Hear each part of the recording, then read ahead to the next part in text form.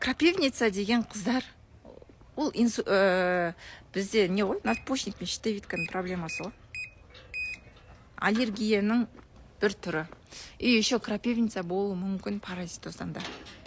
Когда бізде кишечниктер прямо воспаленный, кишечникте дыркалар бар, тесіктер бар, онда любой көрінген нәрсе бізге ішектен қанға өтеді, аутоиммунды ауру тудыра береді. Крапивница — это аутоиммунное заболевание.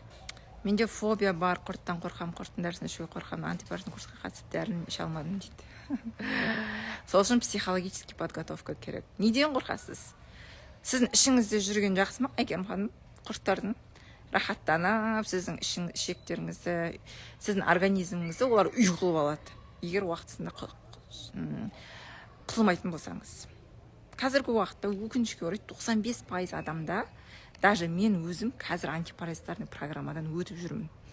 Вот. Не үшін? Потому что мен үйімде неше түрлі адамдар келеді, я. Балаларым садикте, мектепте, олар ол жақтан білімесе таскать етіп келеді. Сондықтан уақытында антипаразитарный программа жасамай қойсам, ол нәрселер көбейеді іште. Мысалы, мен күйеуім де жасайды, мен де жасаймын, балалар да жасап тұрады. Сондықтан одан қорқатын түк те жоқ. Наоборот, қорқу керек, что олар сіздің үйіңізден үй жасап алады, сіздің организміңізден үй жасап алады, олар өздерінің эндотоксиндерін бөліп, организміңізді, былай айтқанда, қашытып жібереді ғой. Олар антигистаминдер бөледі ғой өздері, ол эндотоксиндер бөледі.